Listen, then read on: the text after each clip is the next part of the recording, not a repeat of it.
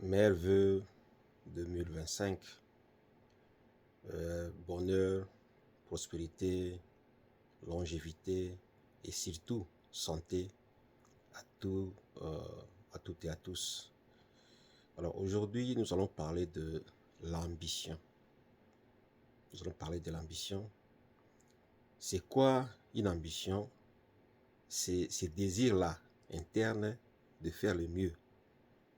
Cette volonté d'aller plus loin, cette volonté de réussir.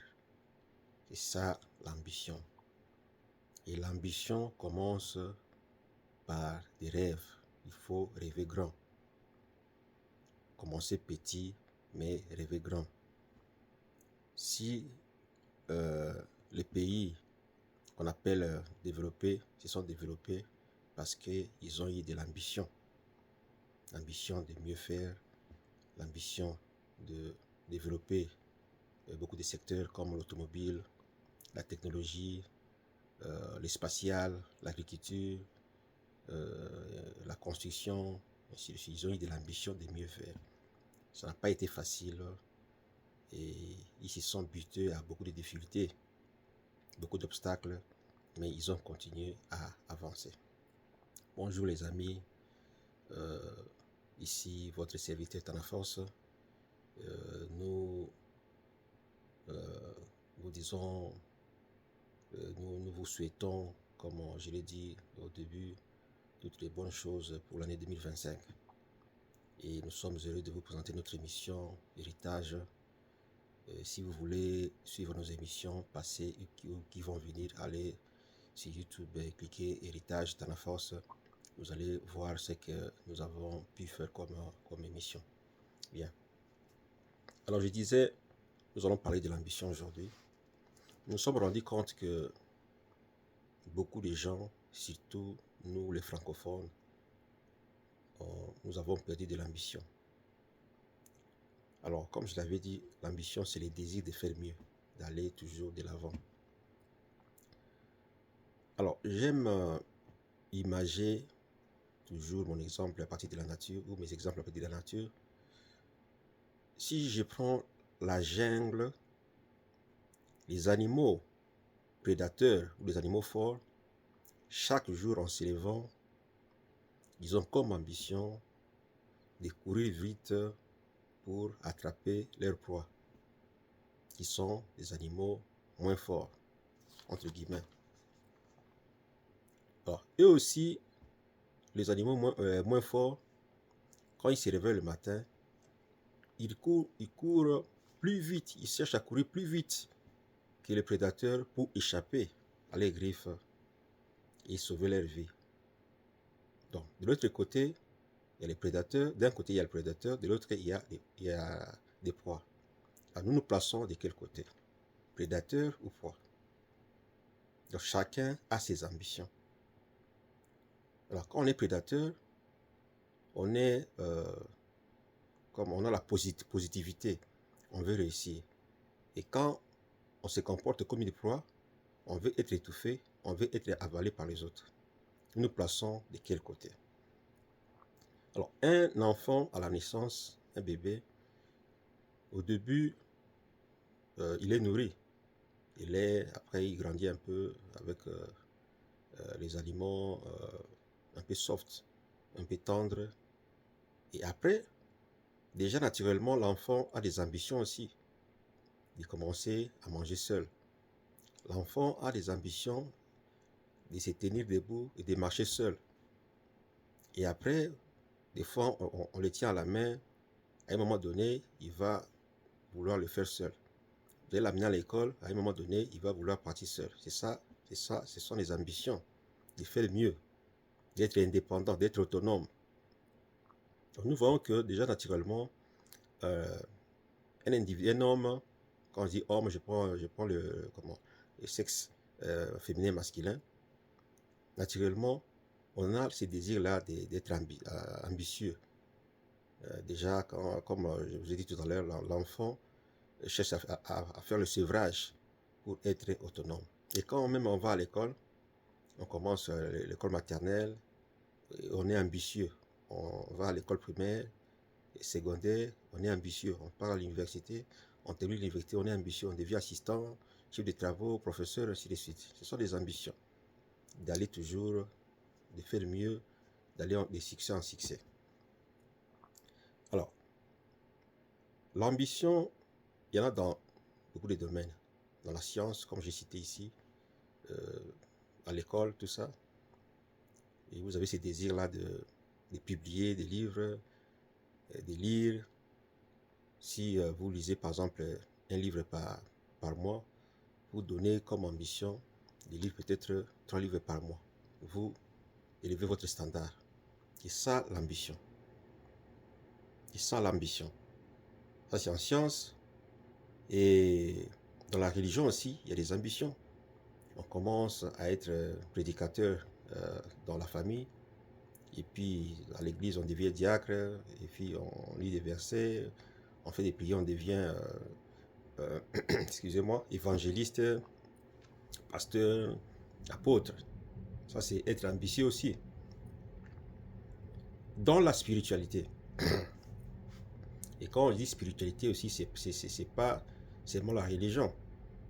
La spiritualité, c'est être en parfaite communion ou en équilibre avec son esprit.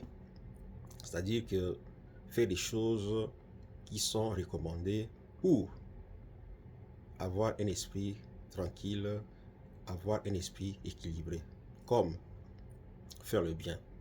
C'est pourquoi vous voyez que on se rend compte que dans les pays du Nord, et comme ici en Amérique, les gens qui ont des moyens, à un moment donné de leur vie, ils commencent à faire des dons, des charités. Parce que ça, c'est être en parfaite communion avec son esprit. Faire le bien, comme est recommandé notre Créateur. On ne peut pas, parce que les gens confondent religion et spiritualité. Oui, la religion a fait partie où la spiritualité, on la trouve dans l'église, dans la religion. Mais on ne peut pas nécessairement être dans la religion et appliquer la spiritualité.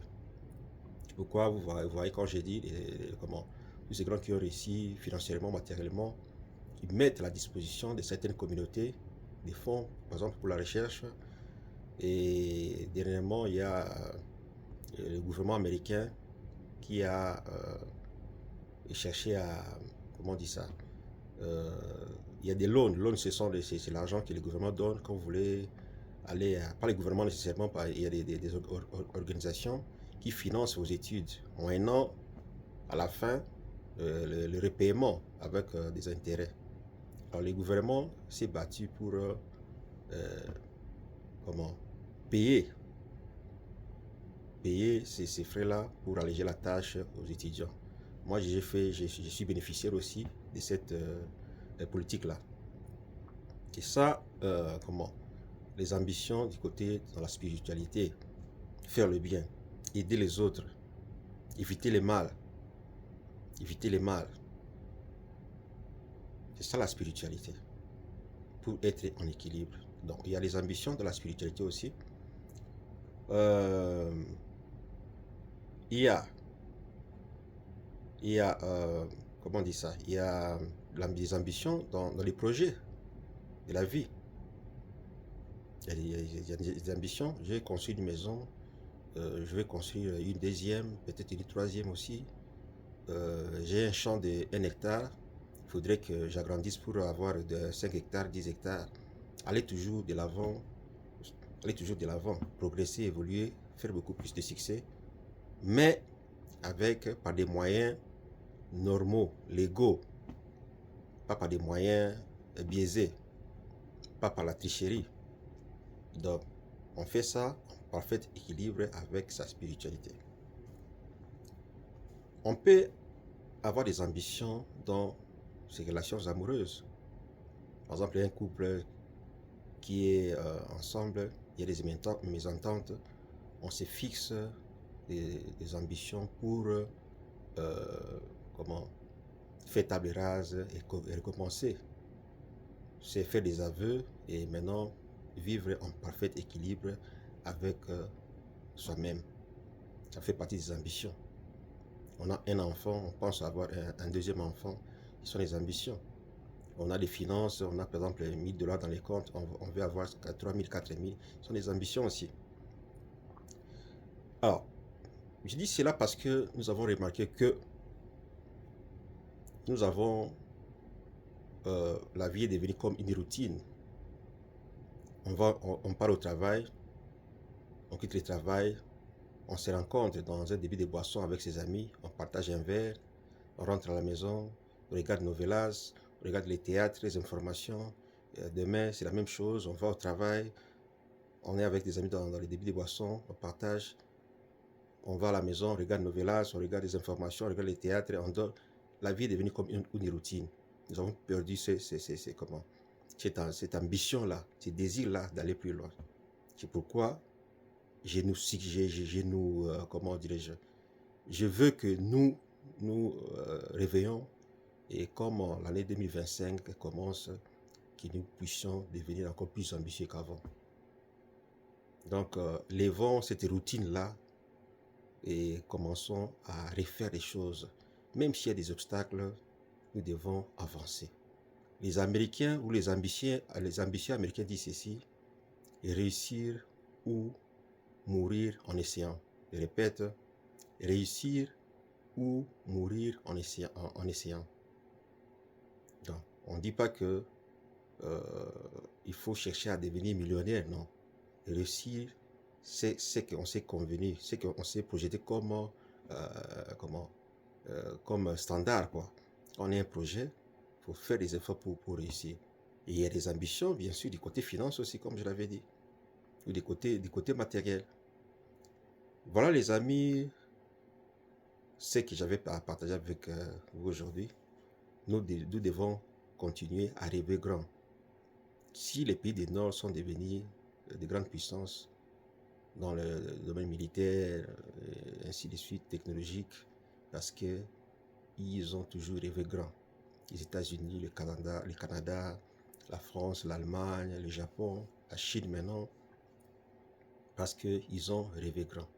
Nous aussi, rêvons grand de façon individuelle et mettons-nous ensemble, parce que c'est ce qui nous manque souvent pour réussir. Les grands hommes que nous voyons ici, comme Bill Gates, Elon Musk, Warren Buffett, Aliko Dangote et les autres, ils ne sont pas seuls, ils sont avec d'autres. Ils forment un bloc pour aller de l'avant.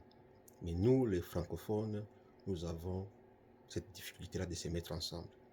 Même dans nos communautés ici, dans les pays, dans la diaspora, il est difficile de voir les francophones vraiment avoir une communauté stable. Mais nous condamnons souvent nos gouvernements. Mais nous sommes loin de nos gouvernements, mais nous faisons la même chose. Alors pourquoi condamner? Alors faisons un effort pour changer. Redevenons ambitieux. Peace.